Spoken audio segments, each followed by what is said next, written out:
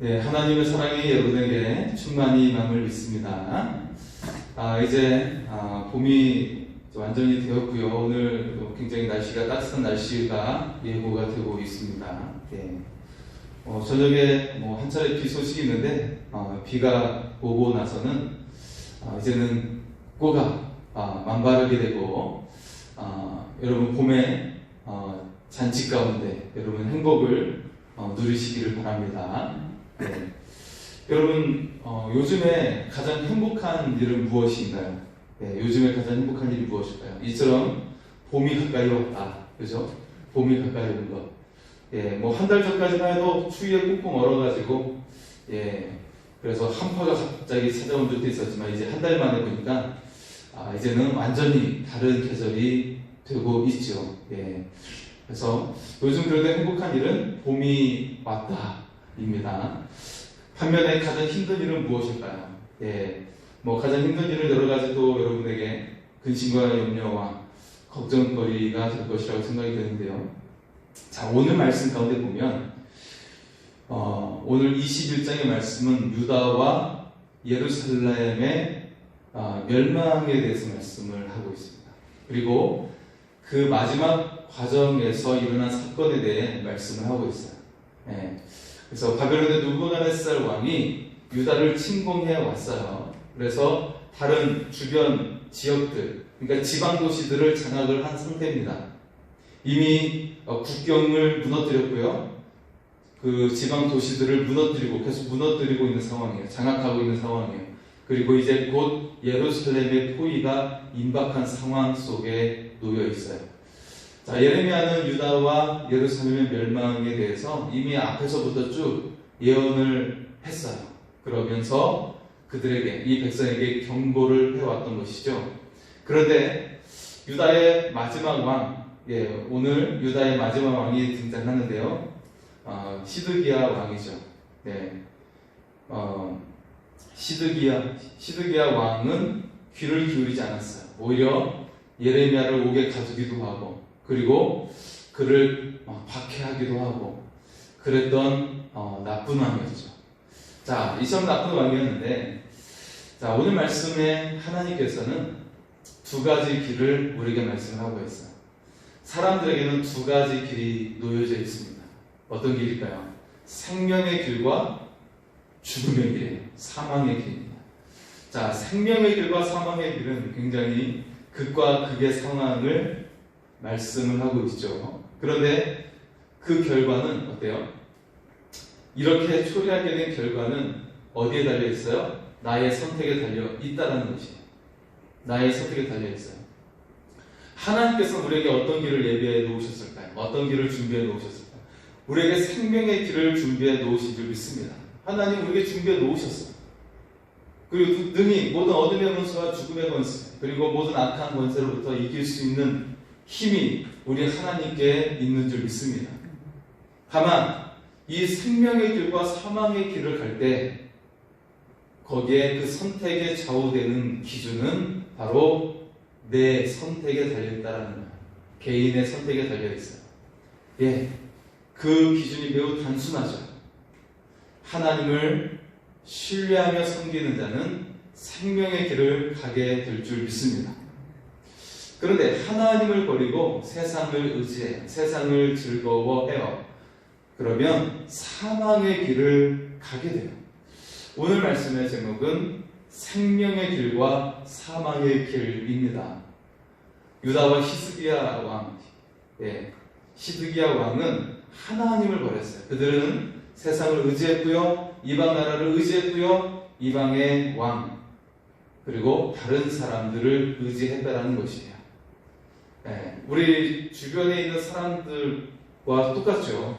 주변에 있는 사람들도 하나님 없이 살면서 세상을 의지하고 내 주변 사람들을 의지하고 힘 있는 사람을 의지하고 그렇게 살지 않습니까? 그런데 그렇게 살다가는 어떻게 돼요? 사망의 길에 가게 된다는 거예요. 그 종착점은 사망의 길이에요. 여러분, 인생의 길이 매우 단순해 보이죠. 굉장히 단순해 보이는데 그 결과는 매우 치명적이다라는 것을 깨달을 수 있기를 원합니다. 오직 우리가 하나님을 신뢰하며 살아감으로 말미암아 여러분 사망이 아니라 생명의 길을 갈 수 있기를 소원합니다. 그리고 하나님께서 우리에게 준비하신 은혜의 길을 걸어가는 하나님의 사람이 되기를 소원합니다. 자, 먼저 지금 유다에게 국가의 존립이 위태로운 상황에 놓여 있어요. 그래서 오늘 처음에 등장하는 말씀은 유다에게 임박한 멸망에 대해 말씀을 하고 있습니다. 자, 그들이 이제 그 유다의 존립이 위태로운 상황 속에서 마치 바람 앞에 꺼져가는 등불과 같은 상황 속에 놓여져 있어요. 그러자 이 시드기야 왕은 자신의 신복 두 사람 바수골과 스바냐를 예레미야에게 보냅니다. 왜 보냈을까요? 왜 이 자신의 신복 두 사람을 보냈을까요? 내가 잘못해서 하나님을 섬길게요 라고 말을 했을까요? 아니요, 그런 말을 하지 않았어요. 자, 1절과 2절의 말씀을 보겠습니다. 1절과 2절입니다. 여호와께로부터 예레미야에게 말씀이 임하니라. 시드기야 왕이 말기야의 아들 바수울과 제사장 마아세야의 아들 스바냐를 예레미야에게 보내니라. 바벨론의 느부갓네살 왕이 우리를 치니 청컨대 너는 우리를 위하여 여호와께 간구하라. 여호와께서 혹시 그의 모든 기적으로 우리를 도와 행하시면 그가 우리를 떠나리라 라고 말씀을 하고 있어요. 그렇게 말하고 있죠. 자, 이 시드기야 왕은 공경에 처해 있을 때 예레미야에게 왔어요. 다른 왕들도 어려움을 청할 때 때때로 내가 우상을 섬겼다 할지라도 하나님의 선지자를 찾아 가기도 했죠. 자, 시드기야 왕도 자신이 위태로움을 참으니까 자신이 너무나 아쉽고 악한 굉장히 상황이 안 좋은 상황에 있기 때문에 예레미야에게 찾아와서 도움을 요청을 하고 있어요. 그러면서 이렇게 말을 하고 있는 것이죠. 여호와께 간구하라. 혹시 여호와께서 기적으로 우리를 도와주시면 적들이 우리를 떠나리라. 그렇게 말하는 것이죠. 적군 바벨론이 공격을 중단하고 느부갓네살 왕의 군대가 예루살렘을 떠나게 해달라고 하나님께 기도하게 해달라는 거예요. 자, 여러분 이 말씀에서 우리는 두 가지 중요한 사실을 알 수가 있어요.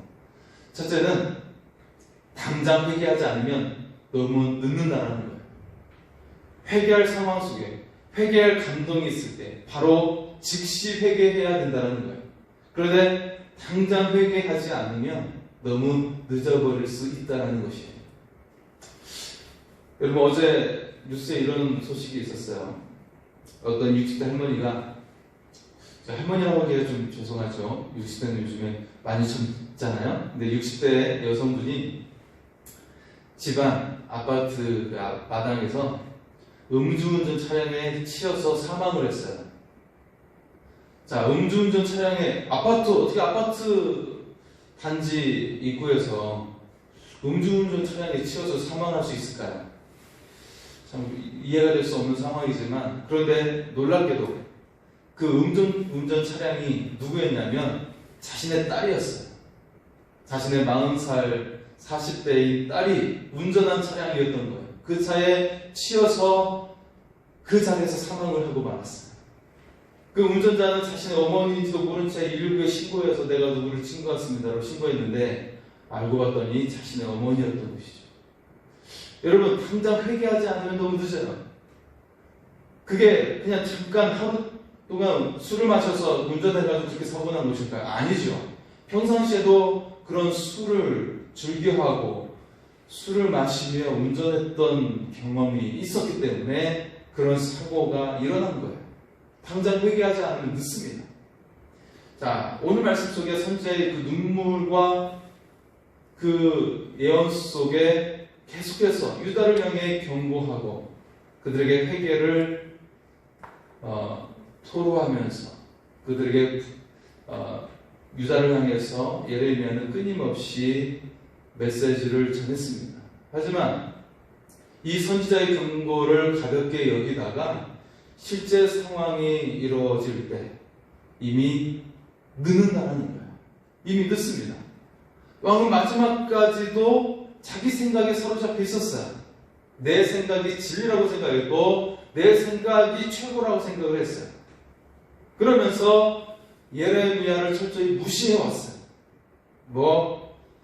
그냥 발린 말이지, 귀에 발린 말이지 라고 하면서 무시하고 결코 하나님 살아계시지 않는다. 하나님 무슨 일을 행하겠냐라고 하면서 철저히 선지자의 말과 하나님을 무시하면서 살아왔어요. 그러다가 국경이 무너지고 지방도시가 파괴되어지고 예루살렘이 포위가 임박해 오니까 이제서야 정신이 든 거예요. 그래서 이때서야 비로소 예레미야가 참된 선지자인 줄 알았어요.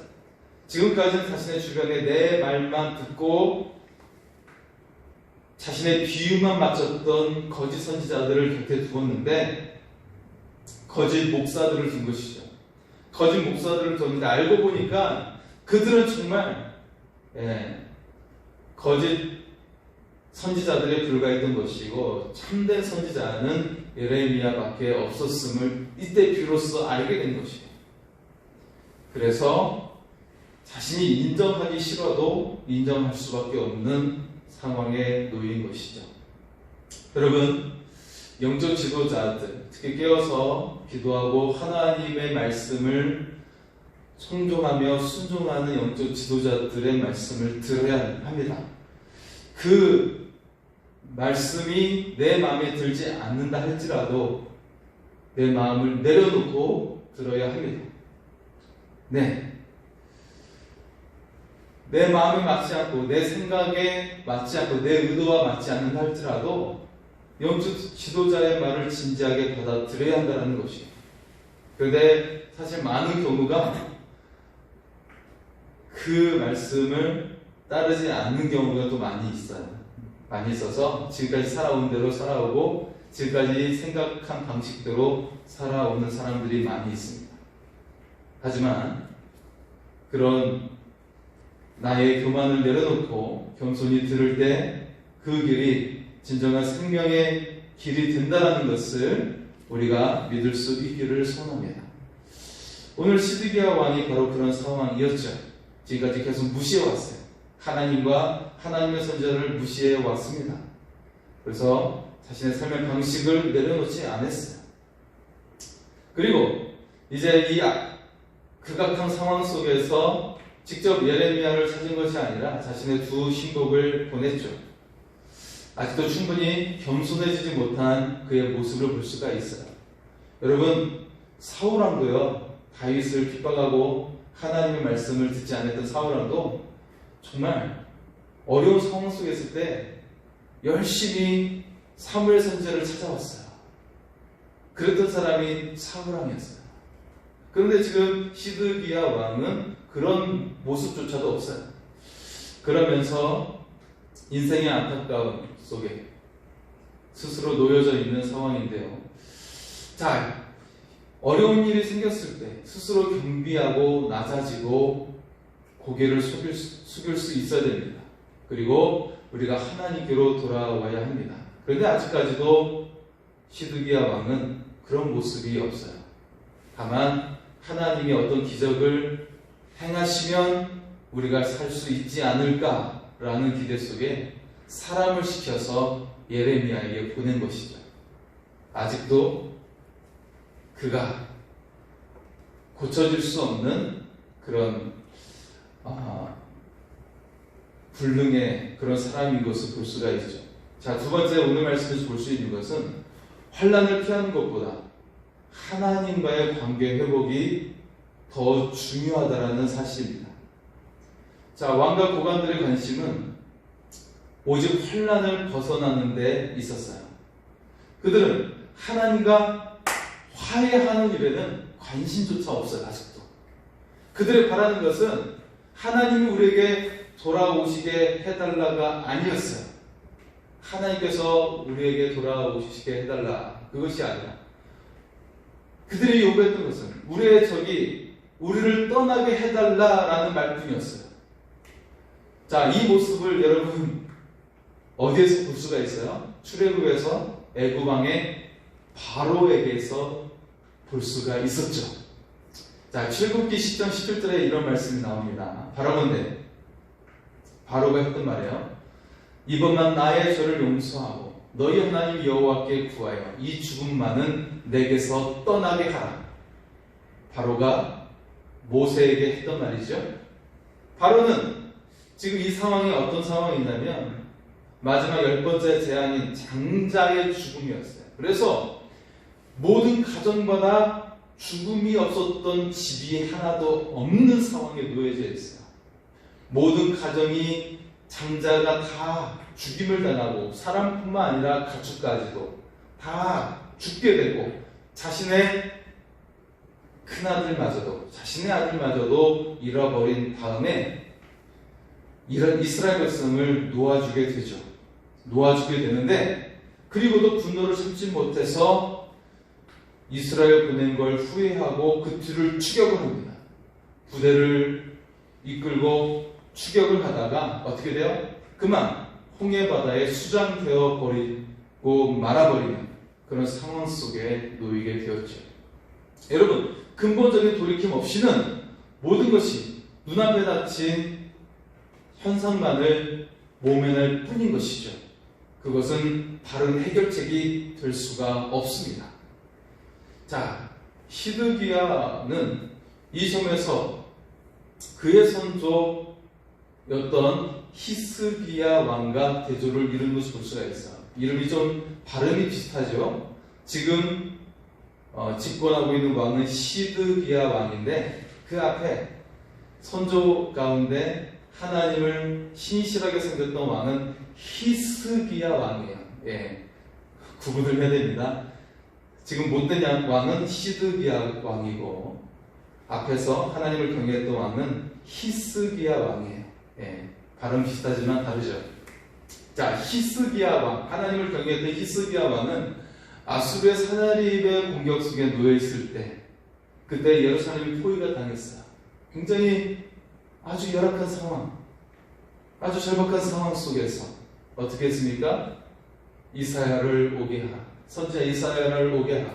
그리고 그 오는 동안에 히스기야 왕은 하나님께 자신의 옷을 찢고 베옷을 입고 정말 눈물로 호소하며 기도했어요. 하나님, 이 나라를 구해달라는 것이 아니라 하나님을 지극히 높으신 그 하나님을 무시하고 있는 저 적들을 하나님께서 들으셔서 하나님의 영광이 선포되게 하옵소서 라고 기도한 거예요. 히스기야 왕은 유다를 구해달라는 데 초점을 맞춘 것이 아니라 하나님의 영광이 무시당하는 것을 하나님께서 그들에게 알게 하여 주셔서 하나님의 영광이 회복되게 하옵소서 라고 기도한 거예요. 여러분, 기도의 내용이 질적으로 달랐어요. 그런데 그 자신의 손자였던 그 히스기야 왕이 아수르의 그 공격 속에서 어느 한 사람도 죽임을 당하지 아니하고 피 한 방울 흘리지 아니하고 그 적들이 전멸되는 상황이 오게 되었어요. 놀라운 역사가 임하게 되었죠. 놀라운 기적이 일어나게 되었던 것을 지금 집권하고 있는 시드기야가 알았던 거예요. 그 사실을 알고 나도 예레미야를 통해서 한번 예루살렘을 구해볼까라고 생각한 것이죠. 이 위기를 벗어나 볼까라고 생각한 거예요. 그런데 철저하게 시드기야와 히스기야 왕의 다른 점은 히스기야는요, 이 국가가 타락한 것을 보고 자신의 앞에 집권했던 자신의 아버지가 우상을 너무나도 악랄하게 생겼던 그 모습을 철저히 회개했어요. 그래서 국가 전반에 걸쳐서 왕으로부터 온 백성이 이르기까지 하나님께 돌아가기 위한 회개 운동을 일으켰습니다. 그러면서 종교 개혁을 일으키고 하나님과의 관계의 회복을 먼저 감행했다는 것입니다.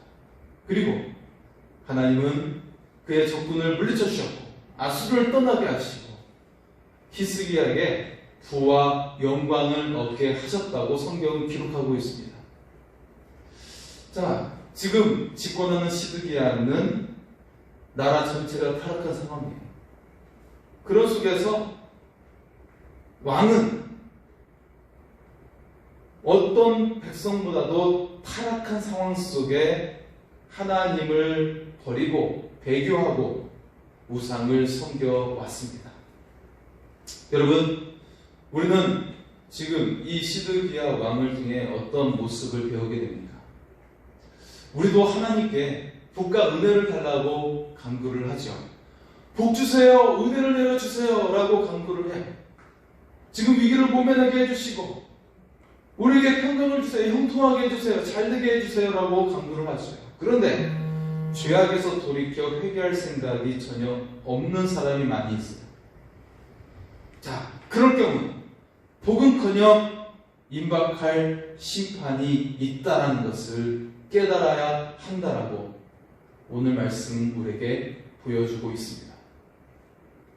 시드기야 왕과 신복들은 이 위기의 근본 원인이 어디에서 왔는지 생각하려고 하지 않았어요. 그래서 주님의 대답도 자기들이 기대하는 것과는 정반대의 예언을 그들이 듣게 됩니다. 그들이 기대했던 대답이 아니라 정반대의 대답을 그들이 듣게 됩니다. 7절의 말씀입니다. 7절입니다. 여호와의 말씀이니라. 그 후에 내가 유다의 왕 시드기야와 그의 신하들과 백성과 및 이 성읍에서 전염병과 칼과 기근에서 남은 자를 바벨론의 느부갓네살 왕과 손과 그들의 원수의 손과 그들의 생명을 찾는 자들의 손에 넘기리니 그가 칼날로 그들을 치되 승인이 여기지 아니하며 긍휼히 여기지 아니하며 불쌍히 여기지 아니하리라 하셨느니라. 자, 시드기야와 고관들은 유다가 예루살렘이 구출받기를 원했는데 오히려 하나님은 어떻게 돼요? 예루살렘 성은 함락될 것이며 수많은 백성들과 고관들은 죽임을 당할 것이다.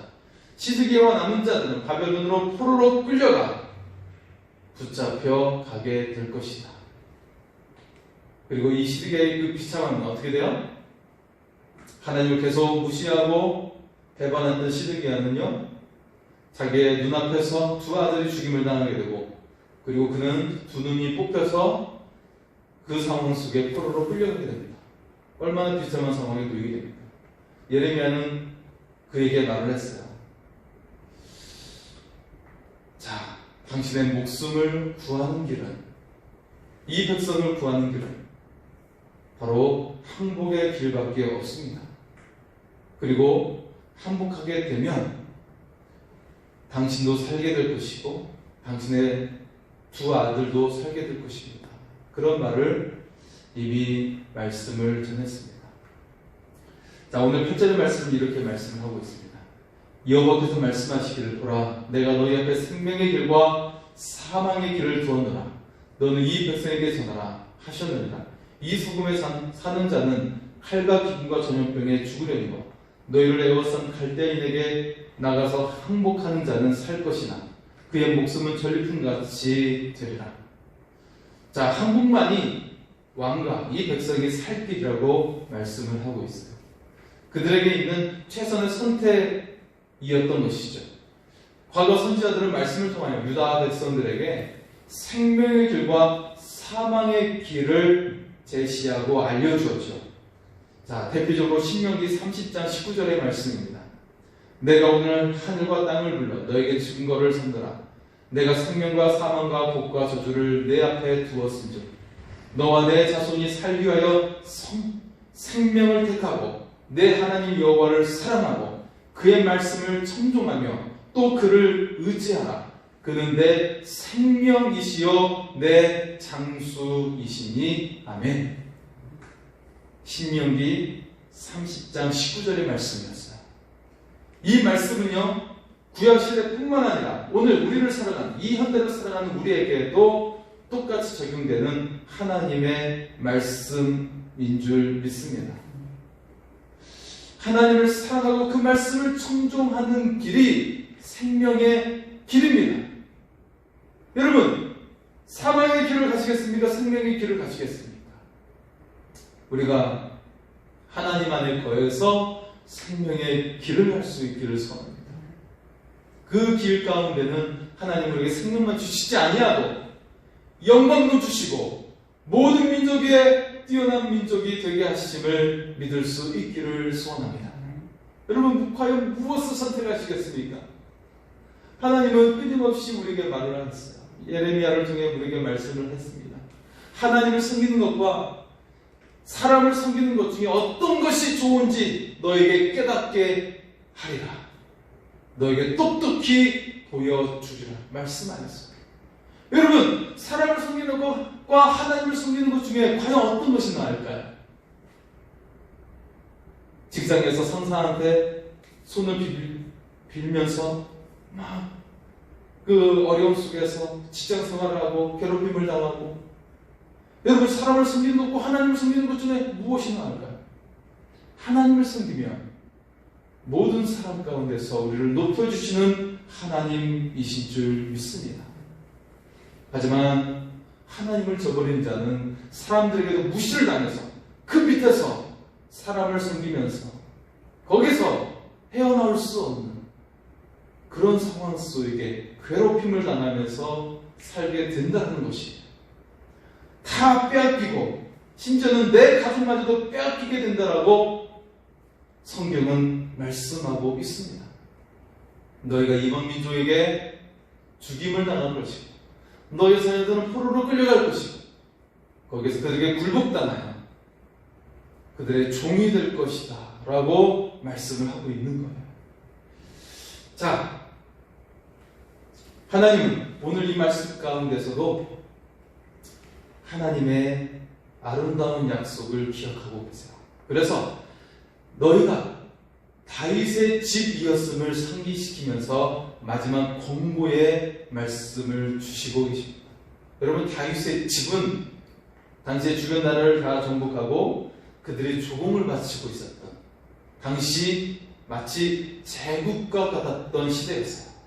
그리고 솔로몬 왕은, 그 아들 솔로몬 왕은 세상의 모든 왕들 가운데 가장 부요한 왕이 되었습니다. 실제로 그 금을 환산하면 지금까지 어떤 왕도 그런 부를 누릴 수 없을 정도로 수많은 금과 보석을 가지고 있었던 왕이 솔로몬 왕이었어요. 네. 자, 그래서 오늘 이렇게 말씀을 하고 있어요. 12절의 말씀입니다. 여호와께서 이와 같이 말씀하시니라. 다윗의 집이여, 너는 아침마다 정의롭게 판결하여 탈취당한 자를 압박자의 손에서 건지라. 이 말씀이 무엇입니까? 너희는 아침마다 정의롭게 판단하고 결정하여 자신의 삶과 관계를 새롭게 하라는 것이에요. 날마다 아침마다 자신을 새롭게 하라는 것이, 올바른 판단을 해서 하나님을 선택하는 삶을 살라는 것이, 자신의 삶과 관계를 새롭게 하라고 말씀을 하고 있는 것입니다. 이것이 바로 묵상하는 삶이에요. 지금 우리가 사순절을 통해서 제가 여러분에게 묵상의 나눔을 할 수 있도록 주보에다가 바뀌어서 드렸죠. 오늘의 기도와 오늘의 감사와 나의 기도를 드리는 것이죠. 그것을 통해서 하나님과의 나의 관계를 세우는 거예요. 이게 단순한 것이 아니라 하나님과의 깊은 관계 속에서 여러분의 인생을 새롭게 하고 여러분의 인생에 놀라운 하나님의 역사가 임하게 되는 하나님의 기적의 은혜가 임하게 될 줄 믿습니다. 자, 그리고 하나님은 이들의 그 죄악 속에서도 그들에게 구원의 길을 열어 놓으시고 계십니다. 바로 구루토기처럼 하나님의 남은 자들이 있다라는 것이에요. 이사야 10장 20절은 말씀하고 있어요. 그날에 이스라엘의 남은 자와 야곱 족속의 피난한 자들이 다시는 자기를 친 자를 의지하지 아니하고 이스라엘의 거룩하신 이 여호와를 진실하게 의지하리니. 아멘. 자, 하나님 우리에게 이 말씀을 통해 명시하고 있어요. 너희는 멸망당할 자들이 아니라, 어떻게 돼요? 하나님의 남은 자. 끝까지 믿음을 지키며 신실한 하나님의 사람이 되기를 원한다라는 것이에요. 그리고 그 속에서 모든 것이 없어지고 전멸한 것처럼 보여지지만 다시 이 속에서 새싹이 나고 민족을 일으키고 나라를 일으켜 세워주심을 여러분 믿을 수 있기를 소원합니다.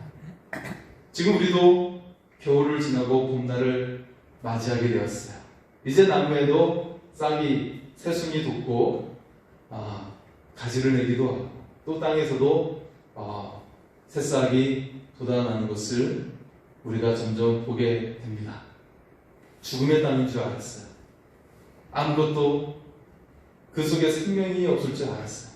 하지만 그 속에서 생명을 일으키시는 하나님의 역사가 우리의 삶 가운데도 있다는 것을 믿을 수 있기를 소원합니다.